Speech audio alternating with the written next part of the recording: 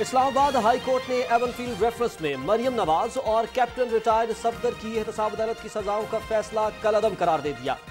احتساب عدالت نے جولائی 2018 میں مریم نواز کو 7 سال قید اور 20 لاکھ پاؤنڈ جرمانہ عائد کیا تھا۔ نیب یہ کیس ثابت کرنے میں ناکام رہا ہے۔ تفتیشی افسر کی رائے کو شواہد کے طور پر نہیں لیا جا سکتا۔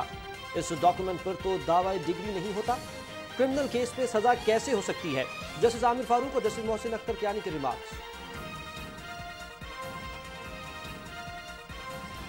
اللہ کا شکر ہے کہ بیٹی مریم اور بیٹے صفدر کو بالآخر انصاف ملا۔ مریم نواز کے بری ہونے پر قائد محمد نواز شریف کو مبارک پیش کرتا ہوں۔ مریم نواز شریف اور کیپٹن ریٹائرڈ صفدر نے بہادری، صبر اور ثابت قدمی سے مشکل ترین حالات کا سامنا کیا۔ سیاسی انتقام کا ایک تاریخ دور انجام کو پہنچا۔ آج کے عدالتی فیصلے سے جھوٹ، بہتان اور کردار کشی کی عمارت زمیں بوس ہو گئی۔ مریم نواز کا بری ہونا اس سیاسی انتقام کے منہ پر زناٹے دار تھپڑ ہے جس کے ذریعے شریف خاندان کو نشانہ بنایا گیا تھا۔ وزیر اعظم محمد شہباز شریف۔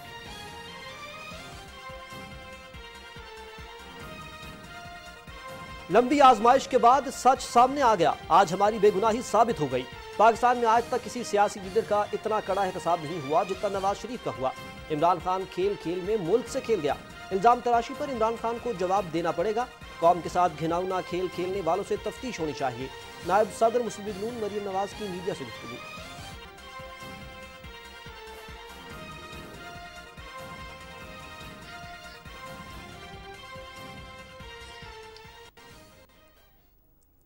السلام علیکم ناظرین، نیوز اسٹوڈیو سے خوش آمدید۔ نیوز ایٹ 6 شو کے ساتھ میں ہوں شاہد نسیم اور میں ہوں سلمہ قاصر۔ ہیڈ لائنز آپ جان چکے ہیں۔ ابھی اسلام آباد، راولپنڈی اور اس کے مضافات میں اذان مغرب کا وقت ہوا چاہتا ہے۔ سننے کی سعادت حاصل کرتے ہیں۔ اللہ اکبر، اللہ اکبر، اللہ اکبر،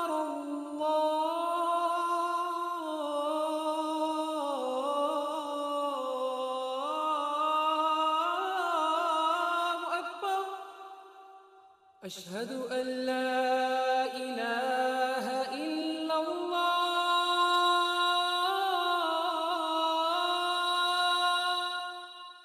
اشہد ان لا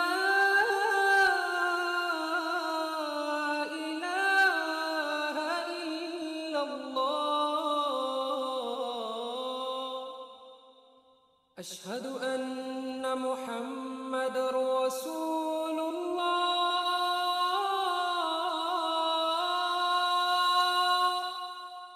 اشہد ان محمد رسول اللہ،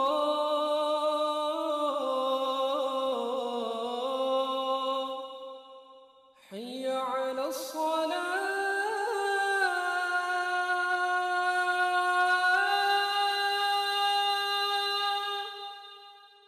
حی علی الصلاة،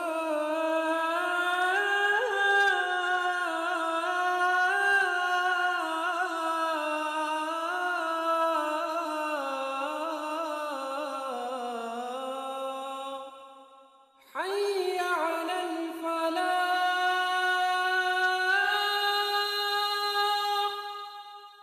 حي على الفلاح،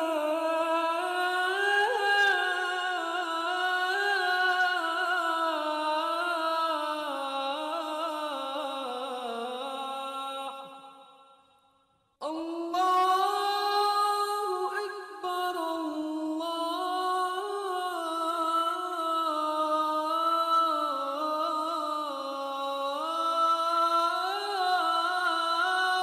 اکبر، لا